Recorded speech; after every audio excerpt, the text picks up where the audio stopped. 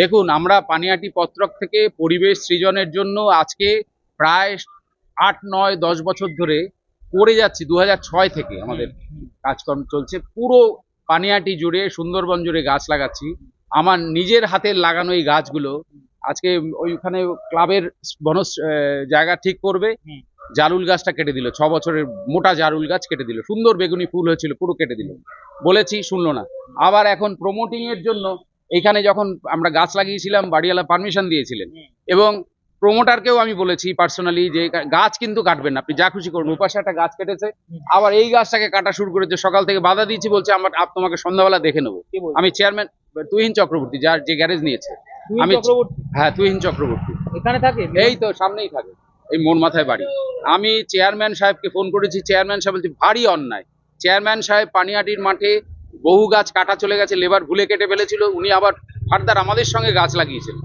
চেয়ারম্যানকে জানানোর পরে উনি বললেন ঠিক আছে, আমি দেখছি, আর যাতে না কাটে আমি ব্যবস্থা। আপনাকে কি হুমকি দিয়েছে? আমাকে হুমকি দিয়েছে, সন্ধ্যেবেলা দেখে নেবে, তোমাকে দেখে নেবো লোকজন নিয়ে। আপনি বাধা দিয়েছিলেন বলে? হ্যাঁ, আমি বাধা দিয়েছি বলে। মানে গাছ কাটতে যাবে না বলে? গাছ কাটতে দেবে না, মানে ও গাছ কাটতে এসছে, আমি অপোজ করেছি, তার জন্য বলছে তোমাকে দেখে নেবো। আমি বলেছি তুই দেখে নে, গাছ কাটতে দেবো। হ্যাঁ, একবার বলুন। আমি থাকতে গাছ কাটতে দেবো না। একটি গাছ একটি প্রাণ, আমার প্রাণ। এখানে পুরো রাস্তায় সমস্ত গাছ তুমি এক্ষুনি কভার করো। এই ফুরুস গাছ, এই যে রয়্যাল গাছটা, সব আমার নিজের লাগানো। পরিবেশকে তো ধ্বংসের মুখে, পরিবেশকে ধ্বংসের মধ্যে, যেখানে দেশ, রাষ্ট্র, সারা পৃথিবীর দেশ নায়করা চাইছে গাছ লাগানো, সেখানে কি করে সাহস পায় একটা ছেলে গাছ কাটতে? আপনাকে হুমকি দিয়েছে? আমাকে আবার ধমকি দিচ্ছে। প্রথম কথা, গাছটা ছাঁটা হয়েছে, কাটা হয়নি। আর কাটাটা যখন কাটা হতে যাচ্ছে, তখন এই ভদ্রলোক যে কমপ্লেন করছে, কে কমপ্লেনটা করেছিল? আচ্ছা, অপুধরের কাজই হলো বাড়ির সামনে বিভিন্ন জায়গায় গাছ লাগাবে, গাছ লাগিয়ে প্রমোটারের ওখান থেকে পয়সা নেবে, এইটা। তো আমরা গেছিলাম ওখানে, যখন দেখেছি গাছ কাটা অবস্থায় গাছ লাগিয়ে পয়সা নেবে, মানে গাছ উনি রাস্তার মধ্যে লাগিয়ে রেখে দেয়। কারো বাড়ির গেটের সামনে, কোনো গ্যারেজের সামনে। যে গাছটা কাটা হচ্ছিল, কাটা মানে ঝাঁটা হচ্ছিল, কাটা না, সেই ছাটা হচ্ছিল, সেই গাছটা একটা গ্যারেজের সামনে ছিল, ঠিক আছে? তো ওটাতে উনাকে বলা হয়েছিল এই গাছটা এখান থেকে যদি রিস্টোরেশন করা যায়, অন্য কোনো জায়গায় রিস্টোরেশন করবে, বা তার বদলে গাছটা করে দেবে। পত্রকের লোক এসেছিল, যারা এই গাছের মানে সংশ্লিষ্ট দপ্তর, ঠিক আছে? আমি এই ভিজিটিং কার্ডটা দেখাচ্ছি, ইনি এসেছিলেন, ঠিক আছে?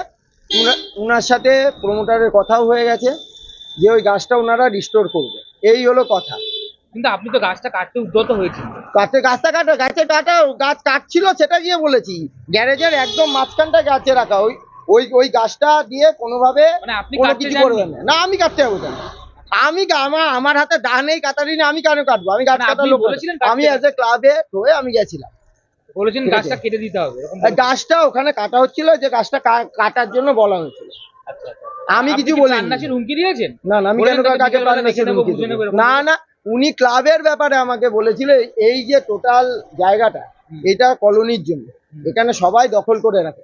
উনি ক্লাবের ব্যাপারে বলেছিল, ক্লাবের যে ডেভেলপমেন্ট আমরা করেছি, ওই ক্লাব ডেভেলপমেন্টের সময় নিয়ে উনি কথা বলেছিল যে এই ক্লাবের যে জায়গাটা, এই জায়গাটা ক্লাবের, উনাকে প্রমাণ দেখাতে হবে। আমি বললাম ঠিক আছে, তাহলে আসো, আমরা সবাই মিলে গিয়ে তোমাকে দেখাচ্ছি আমাদের ক্লাবের জায়গা কিনা এটা। আজ থেকে 50 বছর ধরে এটা ক্লাবের অংশ।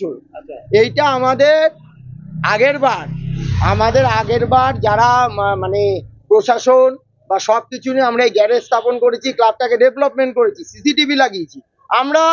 আমরা এরকম প্রাণনাশের হুমকি উনাকে কেন, সারা চত্বরে কেউ বলতে পারবে না আমরা কোনো রকম কারোর সাথে এরকম জোর জুলুম ক্লাবের। উনি যেটা বলছেন না, উনি